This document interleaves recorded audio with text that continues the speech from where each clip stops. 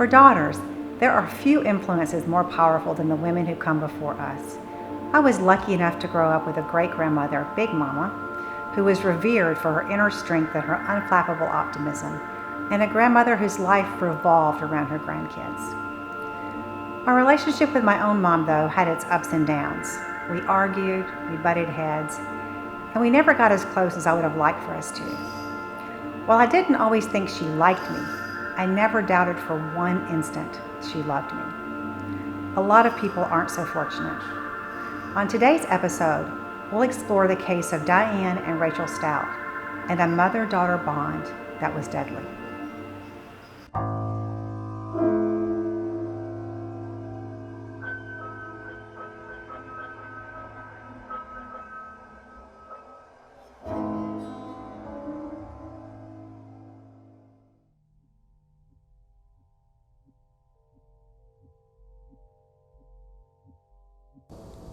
In June of 2013, Sarah Staudte was rushed to the hospital. The 24-year-old had recently graduated from Missouri State University and had no known health problems. Doctors were baffled as to why this young woman would suddenly experience flu-like symptoms so severe that her vital organs had begun to shut down. What was clear was that Sarah was fighting for her life. If this had been an isolated case, the Springfield, Missouri police would never have heard of Sarah Staudte. But soon after Sarah was hospitalized, the Missouri Police Department received an anonymous tip suggesting the young woman had been poisoned. Sarah's illness was remarkably similar to two other seemingly healthy family members, both of whom had died. The case, as it turns out, was anything but isolated in the Staudte family. Who would have a reason to poison a 24-year-old woman who had barely started her life? Detective Neil McAmis decided to follow up on the anonymous lead and took a closer look at Sarah's family. The closer he looked, the more he realized the anonymous caller just might be right. The Staudte family of 6 was now down to 3. Sarah's father, Mark Staudte, had died in April of 2012, and her 26-year-old brother had died just 5 months later in September. When Detective McAmis started looking into Sarah's illness, the first thing that caught his attention was the fact that another anonymous tip had been called in after Mark and Sean died. This tip also suggested poisoning. At the time this tip had been received, police hadn't believed it warranted an investigation. After all, the medical examiner had ruled both deaths to be from natural causes, and the bodies had been cremated shortly after their deaths. One anonymous tip alone wasn't enough to raise alarms.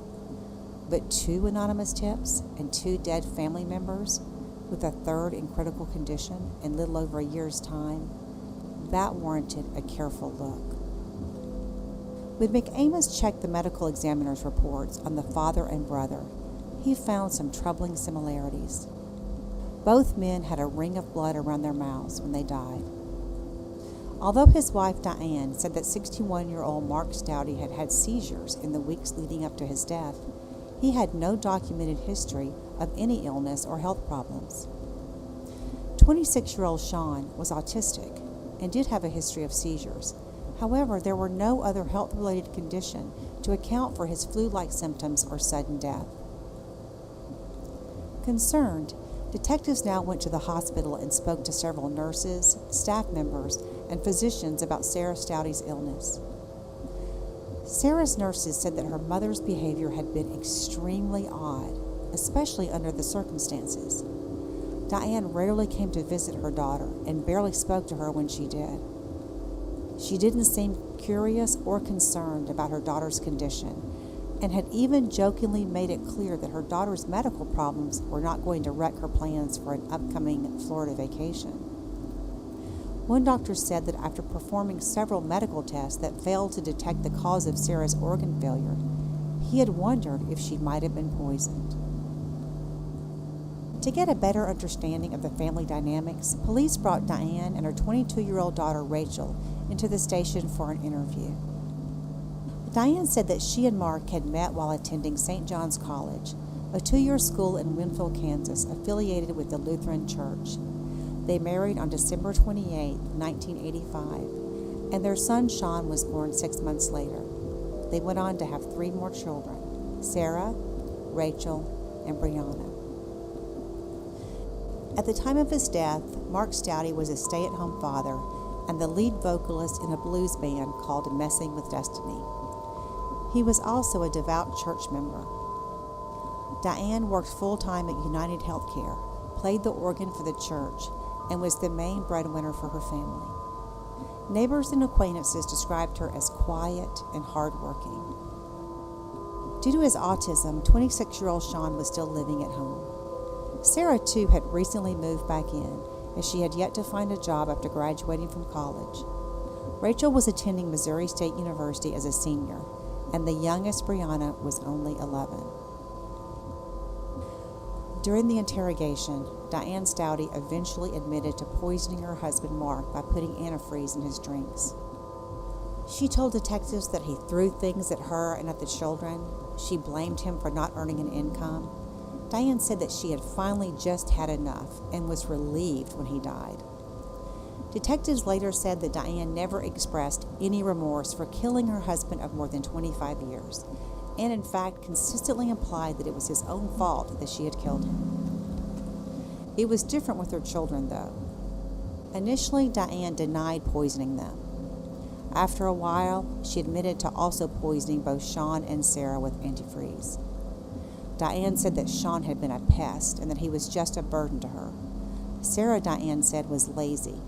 She didn't help around the house, she wasn't motivated to get a job, and her student loan payments were about to start. In contrast, Diane spoke glowingly about her 22-year-old daughter, Rachel. She said that she would never have harmed her younger 2 daughters because she loved them both. She took full responsibility for poisoning her husband, her son, and her oldest daughter. This seemed like an open and shut case. However, when police searched the Staudte house, they found an entry in Rachel Staudte's diary that indicated that she knew her mother was planning to kill her father and brother more than a year before they died.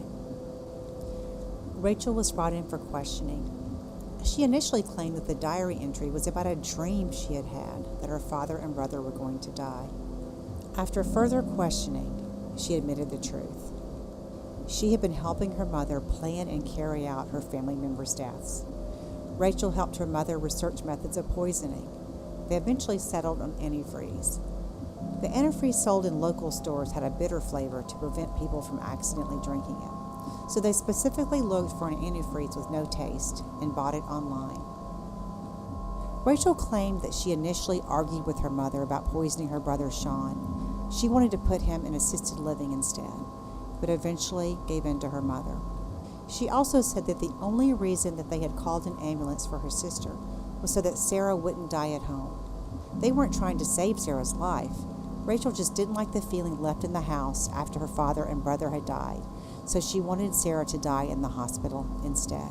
According to Rachel, the plan was that Brianna, her 11-year-old sister, would die next. Only Rachel and her mother, Diana, would be left, the now carefree mother and her golden child. Rachel and Diane were charged in the deaths of Sean and Mark, as well as Sarah's poisoning. Diane pleaded guilty to first-degree murder for the deaths of Sean and Mark and to assault charges for the poisoning of Sarah. She avoided the death penalty but was sentenced to life in prison without the possibility of parole. Rachel took a plea deal, which reduced her charges to second-degree murder. She was sentenced to life in prison with the possibility of parole and will be eligible for parole after 42 and a half years behind bars. Sarah survived the poisoning attack, but she will deal with neurological damage for the rest of her life, as well as the reality that her own mother and sister destroyed their family and tried to kill her. She currently lives in an assisted living facility and says she forgives her mother and sister because she is a Christian, and this choice allows her to feel like a survivor instead of a victim. And the anonymous tipster turned out to be the pastor at Diane and Mark's church, who, after watching the series of events unfold at the Staudte house and observing Diane's indifference to her family's suffering, could no longer keep silent.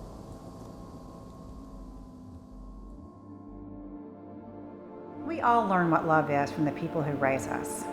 Unfortunately, Diane's distorted idea of love meant teaching her daughter Rachel that being special and getting her mother's love and affection was more important than right and wrong, and ultimately included killing off her father and brother. And for Rachel, being the favorite child carried a high price tag, imprisonment for the rest of her life. Please look for my upcoming segment on the pathological parent in our featured crime analysis. We'll talk about how having a toxic parent-child relationship can have a lifelong impact or motivate us to help others. Thank you for watching this episode of Unmasking and Murder. If you haven't already subscribed to our channel, I'd be thrilled if you'd consider it. Please tell your friends about us. And if there's a particular case you'd like us to cover, please let us know. Until next time, we try to unmask another murder.